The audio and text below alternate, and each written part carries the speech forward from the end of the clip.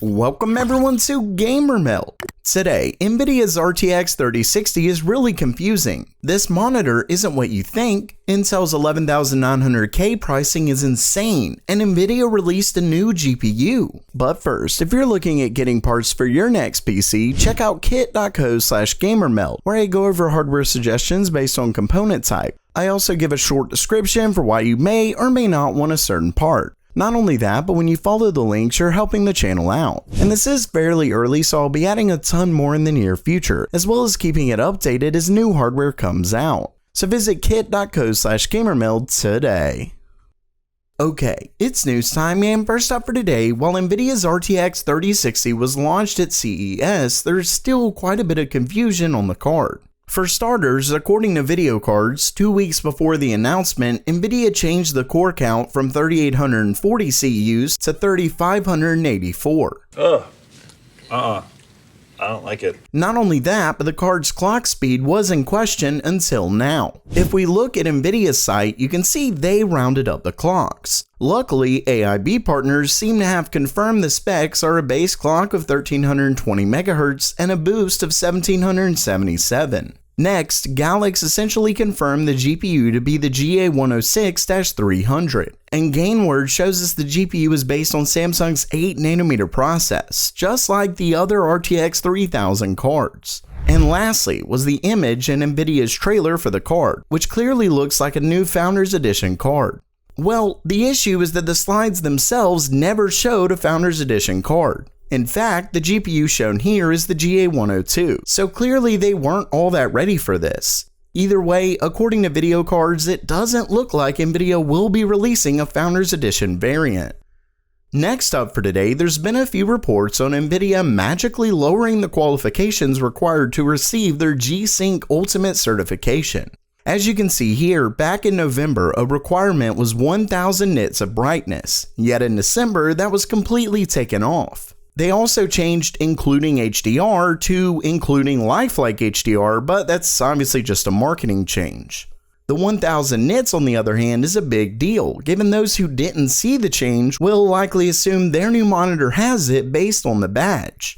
Well, it may not.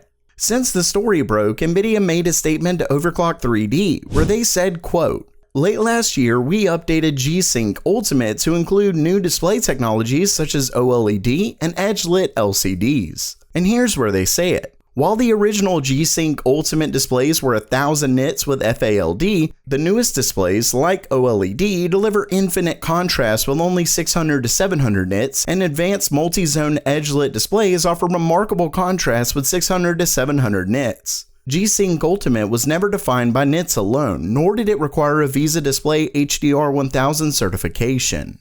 Basically, they're trying to claim that 1000 nits isn't that important, yet that was obviously important enough before. If anything, this feels more like display makers simply couldn't meet the standards, so Nvidia lowered it. Maybe there isn't much of a difference given the different display technology, but at least that's what it sounds like to me. Next up, while many gamers, me included, were a bit disappointed in AMD's price increase on the Ryzen 5000 CPUs, it wasn't exactly surprising. I mean, besides the company taking the gaming crown, they already had far superior multi-core performance. Still, it doesn't help when you see an entire generation moving up in price like that.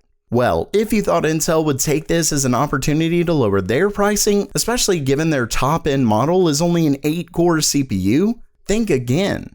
The pricing on Intel's upcoming 11th gen CPUs have been posted by multiple retailers, and it doesn't look good, at least for the flagship model. As you can see, they're listed in euros, but with most electronics, the price will likely be very similar in US dollars.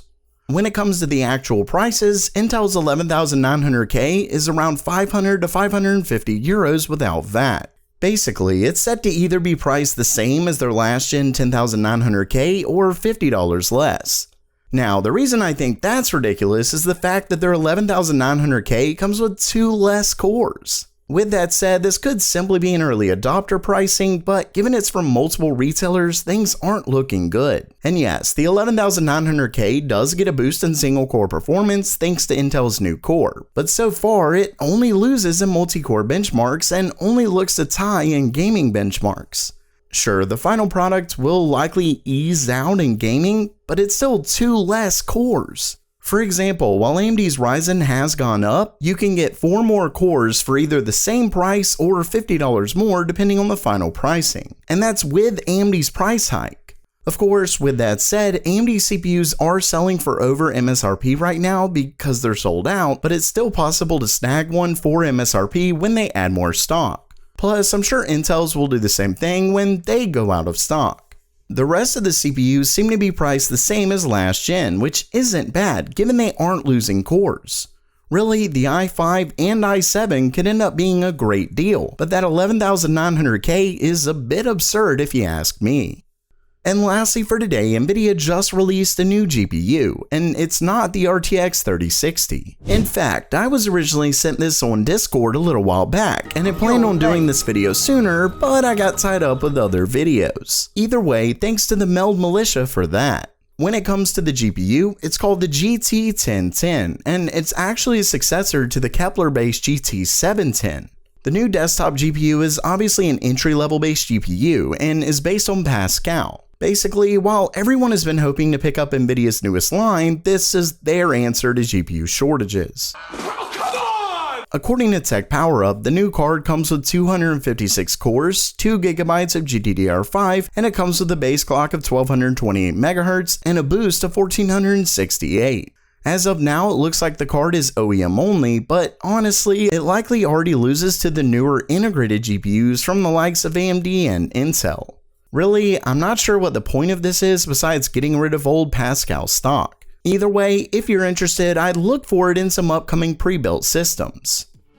So while that does it for today, are you excited for Nvidia's new GPU, or are you just ready for the pricing to get back to normal? Let me know down in the comments below. And if you liked the video, please subscribe. And as always, have a great day.